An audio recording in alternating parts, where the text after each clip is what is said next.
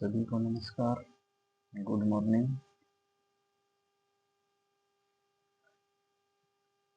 कुछ टाइम से स्वास्थ्य में प्रॉब्लम होने के कारण वीडियो रेगुलर नहीं बना पाए। आशा करते हैं आप सब अच्छे होंगे, स्वस्थ होंगे। मौसम बदलाव की तरफ से जा रहा है। एक और पश्चिमी विक्षोभ है, वो सेक्रिय आज से हो जाएगा। हालांकि बादल तो पहले से ही हो रखे हैं। नाइट में संभावना भी बनी थी कि बारिश होगी, लेकिन यहाँ पे तो हुई नहीं। शुरुआत करते हैं आज की ताज़ा खबरों के साथ। उससे पहले आज का एक अच्छा कोटेशन है, यदि मन के अंदर का युद्ध जीत लिया तो बाहर की दुनिया में जीतते हैं।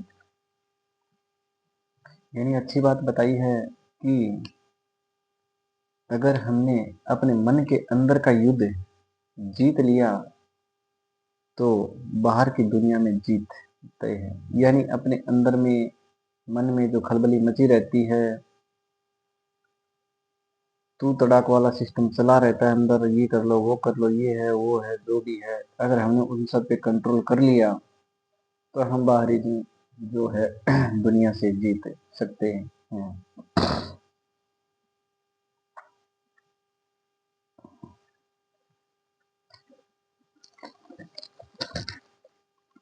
अगली खबर अंतर्राष्ट्रीय खबर रहेगी कि जो तानाशाह शासक हैं उन्होंने भारत से एक ट्रेड डील की है, लेकिन वो असमंजस वाली ट्रेड डील है। हालांकि दूसरे शब्दों में कहें कि भारत ने अमेरिका के सामने अपना सर झुकाया है, क्योंकि उन्होंने परसों ही साफ साफ बोला था कि भारत ईरान से तेल नहीं खरीदेगा, हमारे कहे अनुसार वेनेजुएला से ही तेल खरीदेगा।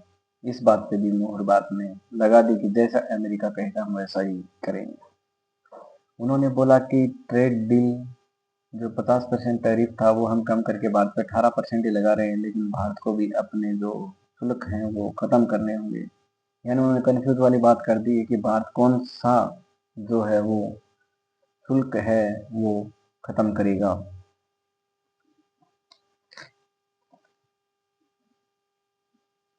फिर बोला कि भारत जो है अभी अमेरिका से 50 अरब डॉलर का जो है वो सालाना आयात करता है।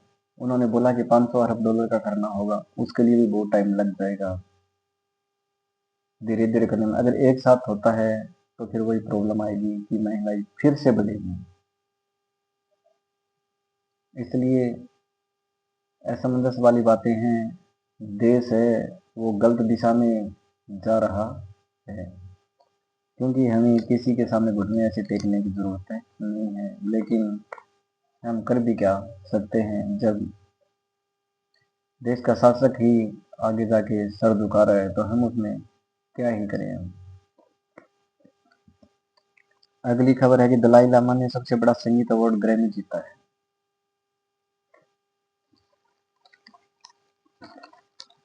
यानी जो दलाई धार्मिक गुरु जो है दलाई लामा, उन्होंने सबसे बड़ा संगीत अवार्ड ग्रैमी जीता है।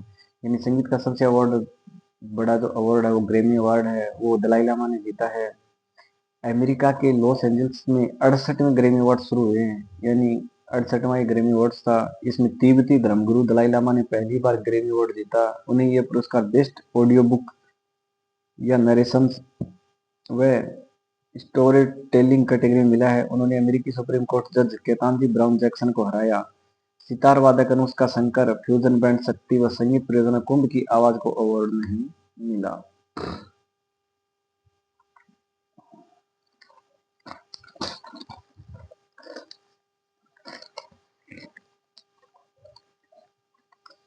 अगर बात की जाए कि आज का दिन क्या विशेष है, तो आज ही के दिन भारत में पहली इलेक्ट्रिक ट्रेन चली थी।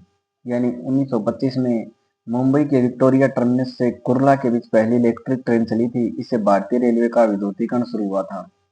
यानी आज ही के दिन भारत में इलेक्ट्रिक ट्रेन चली, यानी जो लाइट से जो अब रेलगाड़ियां चल रही हैं वो 1925 में मुंबई में शुरू हो चुकी थी।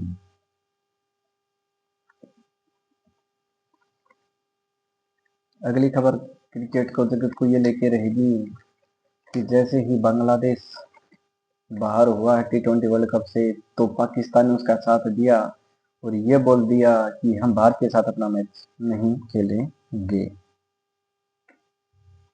इससे जो है वो पाकिस्तान फिर से अपनी गलती का गिर गया। आईसीसी उस पर जुर्माना लगाने की तैयारी कर रही है। हालांकि आईसीसी ने एक बार पाकिस्तान को सोचने का मौका और दिया है कि एक बार और अच्छे से सोच लीजिए, आपको भारत के साथ मैच खेलना है कि नहीं। ये कोई मजाक है नहीं, ये वर्ल्ड कप है, इसलिए आपको खेलना होगा। अगर आप इसमें नहीं खेल रहे हैं तो आप पे निश्चित तौर पे जुर्माना लगेगा। ऐसे आप कोई विरोध नहीं कर सकते। ऐसे तो कोई भी टीम जो अच्छी टीम होगी उसके सामने खेलने से दूसरी टीम मना कर देगी, क्योंकि उसको तो जीतना है, इसलिए वो उसके सामने नहीं आना चाहती। तो ऐसे आप नहीं कर सकते बिना किसी रीजन के। अगली खबर है कि लोरा फर्नांडिस कोस्टारिका की राष्ट्रपति चुनी गई। यानी लोरा फर्नांडिस हैं वो कोस्टारिका की राष्ट्रपति चुनी गई हैं।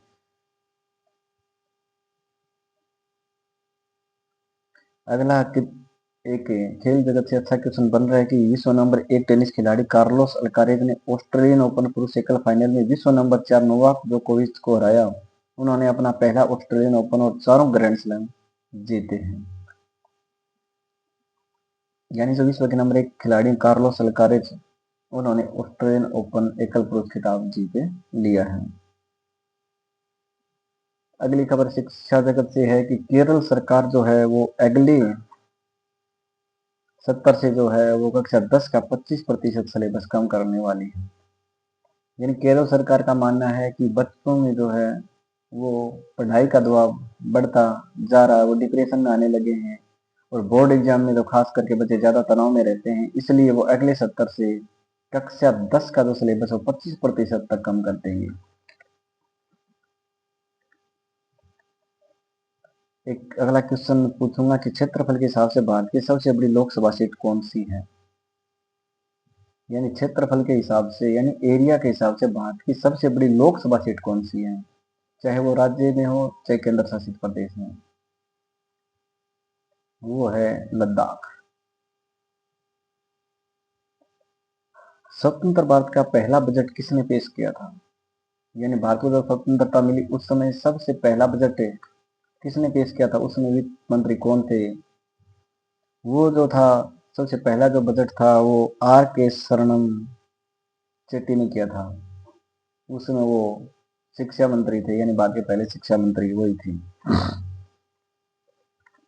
एक अगली खबर हम सब के लिए जानने लायक है कि साइबर जो ठग हैं वो ठगी का नया तरीका अपना रहे हैं। उनको पता है कि अभी फरवरी में 10वीं और 12वीं के एग्जाम शुरू होने वाले हैं, बोर्ड के एग्जाम हैं। उन्होंने एक नया तरीका क्या निकाला कि 10वीं और 12वीं पेपर की एपीके फाइल मोबाइल पर भेज रहे हैं। यानी 10वीं और 12वीं के जो पेपर की एपीके फाइल है वो मोबाइलों पे भेज रहे हैं। पेरेंट्स और बच्चे ये सोच के कि उसमें कुछ क्वेश्चन होंगे जो एग्जाम में हमें मदद करेंगे, वो उसमें क्वेश्चन हो सकते हैं, तो आपको उनसे बचना है। अगर आपने उनको ओपन कर दिया तो आपका अकाउंट खाली हो सकता है, इसलिए इन चीज़ों से बचें। ये साइबर ठगों का नया तरीका और सही टाइम पे उन्होंने निकाला, यानी बहुत एडवांस दिमाग उनका रहता है हर चीज में।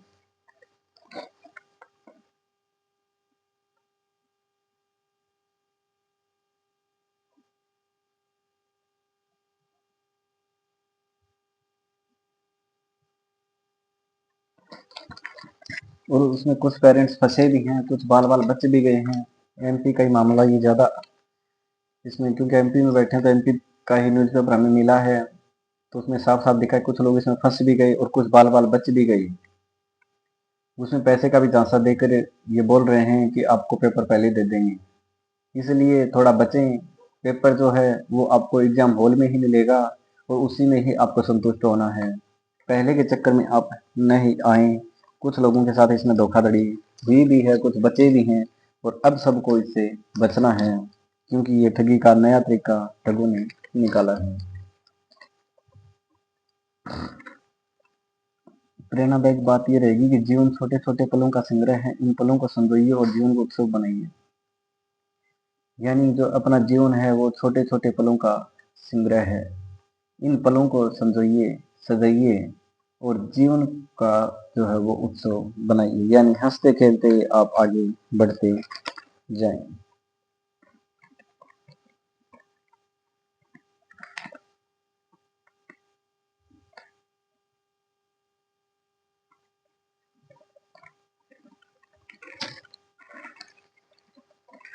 अब बात करते हैं कुछ थोड़ा बजट की जो 1 फरवरी को जो अपना केंद्र सरकार का बजट आया था उसकी थोड़ी बात करते हैं। अगर उसमें रियल आप पूछें तो आम आदमी के लिए शायद ही कुछ उसमें हो, क्योंकि वो बजट समझ से बाहर है। सीधा सा अर्थ यही है केंद्र सरकार का कि जब लोकसभा के चुनाव आएंगे तब वो बजट में लाल से लुभावनी बातें लिखेंगे। अब जो चुनाव होंगे लोकसभा के 2029-30 में होंगे, उससे पहले आप उम्मीद नहीं लगाएं तो ही बेहतर है। ओल्ड पेंशन, हालांकि इतने कर्मचारी हैं, ओल्ड पेंशन का इसमें कोई भी जिक्र नहीं हुआ। 8वां वेतन आयोग वो 1 जनवरी 2026 से लगाने वाले थे, उसका भी उन्होंने कोई भी इसमें जिक्र नहीं किया, क्योंकि उनको अभी उस चीज की जरूरत है ही नहीं। जिस समय उनको वोट चाहिए, चुनाव लोकसभा का आएगा, उस समय वो लालच कर्मचारियों को और बाकी किसानों को देंगे। इसमें सीधा सा भी है कि आम आदमी को कोई भी सीधी में राहत नहीं दी गई है। विकास के जो है वो असाधारण सपने इसमें दिखाए गए हैं। नए आयकर स्लैब में बदलाव, नए टैक्स में कोई रियायत का ऐलान इसमें किया गया है। हालांकि स्वास्थ्य बजट को इसमें पहली बार बढ़ाया गया है। 3 जो है आयुर्वेद के जो एम्स हैं वो खुलेंगे। डायबिटीज की जो दवाएं हैं वो देश में बनेंगी। 3 दवा रिसर्च संस्थान हैं वो देश में खुलेंगे। देश में ट्रांसपोर्ट के लिए देश में 7 हाई स्पीड रेल कॉरिडोर और 20 नए जलमार्ग बनेंगे। Sovereign gold bond stock exchange से खरीदे एचसीबी पर टैक्स छूटें खत्म कर दी गई है। विदेश में ₹20 लाख तक की चल संपत्ति छुपाई तो नहीं जाना होगा जेल, यानी विदेश में अगर आप 20 लाख रुपए तक छुपाते हैं तो आपको जेल नहीं जाना होगा। हर जिले में खुलेगा गर्ल्स हॉस्टल। ये एक शिक्षा के क्षेत्र में कह सकते हैं कि कुछ अच्छा उन्होंने बोला है कि हर जिले में गर्ल्स हॉस्टल एक खुलेगा। जैसे ही बजट आया, बाजार गिर के धड़ाम से नीचे आ गया। इसमें बात करें कि सस्ता और क्या महंगा हुआ है। इसमें कैंसर की जो दवाई हैं 17 प्रकार की वो सस्ती हो गई हैं। चमड़े के जूते हैं वो सस्ते होंगे, कपड़ों पर खर्च कम होगा। सस्ते की बात करें तो स्मार्टफोन और टैबलेट जो हैं वो सस्ते होंगे। चमड़े का सामान सस्ता होगा। सोलर पैनल हैं वो सस्ते होंगे। गंभीर बीमारी के साथ दवाएं भी सस्ती होंगी। पर्सनल यूज के विदेशी सामान भी सस्ते होंगे। सिंथेटिक फुटवियर जो हैं वो सस्ते हो जाएंगे। ईवी बैटरी का जो सामान है वो सस्ता हो जाएगा। माइक्रोवेव ओवन है वो सस्ता हो जाएगा। खेल का सामान है वो सस्ता हो जाएगा। कपड़े हैं वो सस्ते हो जाएंगे। विमान का ईंधन है वो सस्ता हो जाएगा, जिससे आम आदमी को कोई लेना देना नहीं है। परमाणु उपकरण है वो सस्ते हो जाएंगे। तेंदुपत्ता है वो सस्ता हो जाएगा। महंगा क्या होगा? बड़े ब्रांड के लैपटॉप हैं वो महंगे हो जाएंगे। कॉपी रोस्टिंग, ब्रूइंग और वेंडिंग मशीनें हैं वो महंगी हो जाएंगी। फिल्म निर्माण के जो कैमरे हैं वो महंगे हो जाएंगे। पोटेशियम हाइड्रोक्साइड है वो महंगा हो जाएगा। खेती वाला अमोनियम फॉस्फेट उर्वरक है वो भी महंगा हो जाएगा। यानी किसानों के लिए खबर अच्छी नहीं है। आईआईटी छात्रों पर कस्टम ड्यूटी 20% या ₹60 प्रति पीस बढ़ेंगे।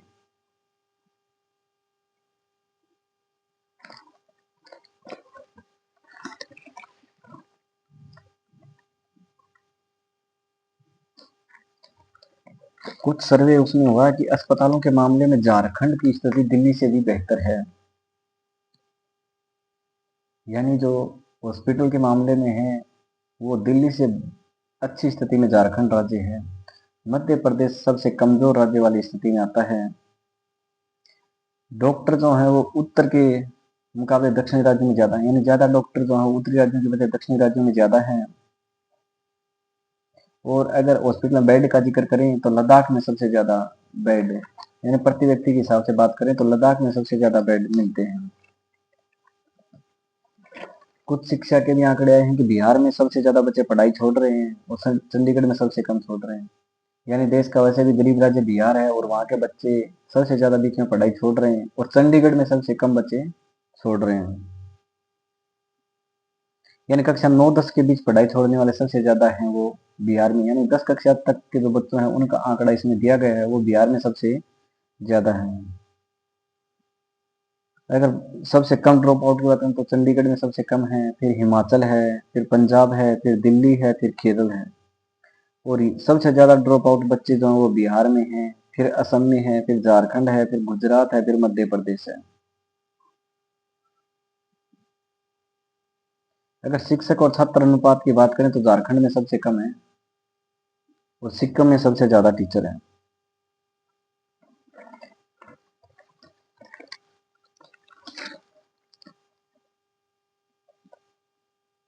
और सोने चांदी का तो आपको पता ही है कि गिरावट अभी भी जारी है, कल भी थी, परसों भी थी और आज भी उसमें गिरावट जो है वो जारी है, इसलिए उसमें तो आप नहीं फंसे तो ही बेहतर रहेगा, क्योंकि ये तो एक लालच लुभावने वाला सिस्टम हो गया है। इसलिए सोना चांदी खरीदने से आप बचें।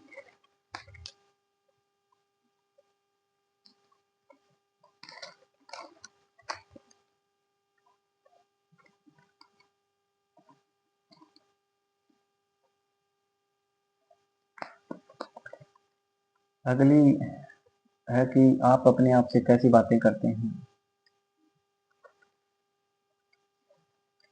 सेल्फ टॉक अर्थात मनुष्य का समय से किया गया संवाद वह आंतरिक आवाज जो हर निर्णय, भावना और व्यवहार को दिशा देने के साथ साथ स्वस्थ रहने में भी महत्वपूर्ण है। विज्ञान मानता है कि यह आत्म संवाद केवल मनोवैज्ञानिक प्रक्रिया नहीं है, बल्कि मस्तिष्क की न्यूरल गतिविधियों से गहराई से जुड़ा हुआ है। न्यूरोसाइंस के अनुसार हमारी बार बार दोहराई जाने वाली सोच मस्तिष्क में विशिष्ट न्यूरल पाथवे बनाती है।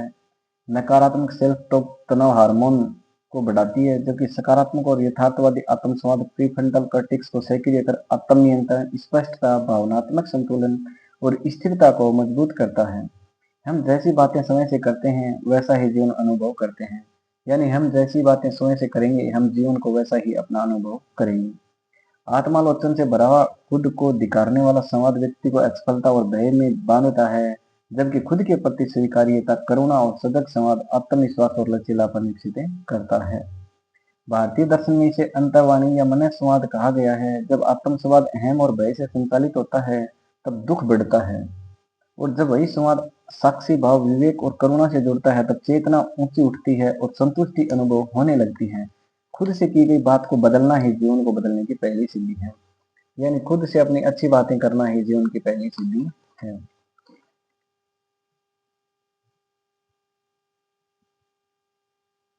खुशी के लिए आप ये बात भी पढ़ें कि अव्वल तो हम आज पहले की तुलना में बहुत कम पढ़ने लगे हैं। हमारा ज्यादातर समय जो पहले पढ़ने में व्यतीत होता था वह स्क्रीन पर बीतने लगा है। अगर हम कुछ पढ़ने की फुर्सत निकालते भी हैं तो हम यूटिलिटी रीडिंग की ओर ज्यादा चले जाते हैं, यानी वो चीजें जिन्हें पढ़कर हमें कुछ लाभ हो, कुछ नॉलेज मिले, कोई दिशा निर्देश या गाइडेंस आदि मिले। किंतु यूटिलिटी रीडिंग के उल्ट एक प्लेजर रीडिंग जो होती है, वो चीजें जिन्हें हम अपनी खुशी के लिए पढ़ते हैं और जिनसे हमें कोई प्रत्यक्ष लाभ नहीं होता, जैसे कि कविता, कहानी, उपन्यास, यात्रा, संस्करण या कुछ भी जिसमें साहित्य का सुख और सुगंध हो। सकारात्मक संकल्प लें कि अपनी खुशी के लिए कुछ अच्छा पढ़ने का समय हम निकालेंगे। महिलाओं के लिए ये खबर है कि 5 साल में जो है वो महिला निवेशक 3 गुना बढ़ गई है और नौकरी में दोगुनी बढ़ी है। यानी 5 साल का जो रिकॉर्ड निकालें तो महिला जो है यानी बिजनेस में या कहीं निवेश करने में 3 गुना बढ़ी है और नौकरी में महिलाएं दोगुना बढ़ गई हैं। ये महिलाओं के लिए बहुत अच्छी खबर हम मान सकते हैं। अगला है कि यूपीआई के एक्सप्रेस वे पर भारत चल पड़ा है। 5 साल में डेबिट कार्ड पेमेंट 72% घटे हैं। यानी भारत जो है वो यूपीआई पेमेंट करने के एक्सप्रेस वे यानी मार्ग पे तेजी से दौड़ रहा है। जो हम एटीएम से कैश लेन देन करते थे वो अब 72% तक घट गया है।